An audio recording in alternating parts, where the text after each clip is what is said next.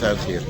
في الافتتاح اللي تابعناه امبارح ظهر في السماء منظر شبه حد واخد خطوة كبيرة. المصري القديم لما سمى الشخصية دي سماها صاحو، وكلمة صاحو معناها الشخص واسع الخطى.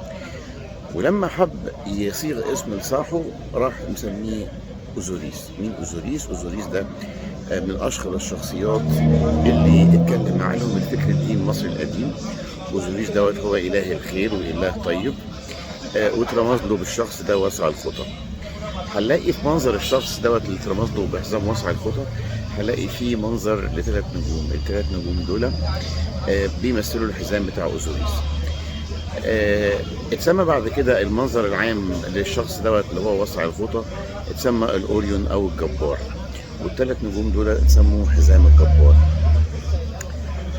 فلما جه المصري القديم يدي شكل للثلاث نجوم دول على الأرض شبههم بالثلاث أهرامات بتوع الجيزة، وحافظ على نفس العلاقة في النسب ما بين المسافة بين الثلاث أهرامات تكون هي بنفس النسبة ما بين المسافة بين الثلاث نجوم.